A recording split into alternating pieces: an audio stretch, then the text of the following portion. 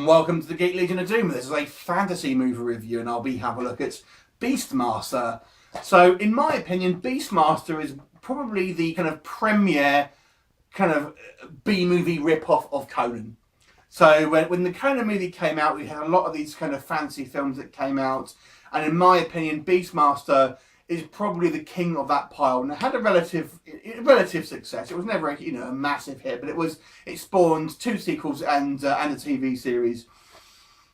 So basically, we've got the story of Dar, who is played by Marc Singer, and we kind of see a bit of a prologue, and he's this sort of little baby who sort of prophesied ultimately kind of to defeat this kind of the evil ruler of this kingdom, and he's due to be sort of sacrificed when he's a little baby, but ends up getting saved by this kind of kindly sort of stranger who ends up sort of bringing him up as a kind of almost like a sort of surrogate son.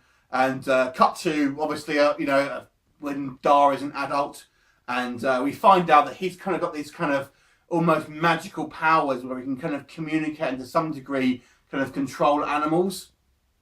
And in this land, in this kind of fantasy land, they're kind of ruled by this iron fist by a kind of, I guess, a sort of barbarian sort of horde ultimately. I think they're called the Juns.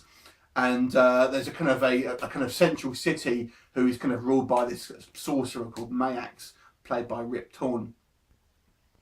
And essentially it's kind of Dar's sort of family gets kind of wiped out, his adopted family gets wiped out, and it's his mission to sort of seek revenge for the death of his tribe and ultimately sort of fulfill his destiny by kind of defeating the bad guys.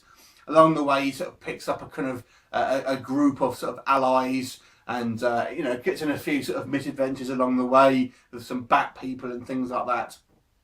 So what's good about this movie? I think it has quite a sort of serious tone. There are some sort of moments of levity, but unlike some of these sort of fantasy films, this does take itself fairly seriously, I would say. You've got sort of 2 kind of like these little ferret things that are really the sort of the comedy relief here, but nevertheless it has kind of almost like a dark feel to it in certain aspects. I mean, there are some sort of scenes, so say particularly kind of the bat creatures, and there's these kind of like guys with like glowing eyes who are kind of like been sort of slayed by this sort of slug thing that goes in your ear, and it's all sort of fairly dark. And I always remember when I sort of first sort of saw this film, they kind of capture all these priests, and they've got this lined up on the raft, sort of tied up, and they kind of need to get away fast, and they just to try and sort of lighten the load, they just dump them aboard and they drowned. And I was quite shocked that a good guy did that, even though these were kind of bad monks or whatever. So there is a kind of almost a kind of a bit of a more of a sort of an adult tone to it, so to speak. You've also got the lovely Tanya in here, who gets kind of a bit of a nude scene if you're obviously a fan of hers. I think the action is pretty good. I think Marc Singer does a pretty decent job in kind of in portraying Dar, who's the kind of the hero. He's maybe not got quite the kind of charisma that maybe Arnie had as obviously Conan, but nevertheless, I think he does pretty good in the role. He sort of takes it seriously. Yes, it's maybe a little bit cheesy in some places and kind of a little bit over the top. I mean, the bad guy's name's Mayax, for example, which is just kind of a cheesy name, for example. But that'll give you an idea about what what it is you can kind of expect ultimately.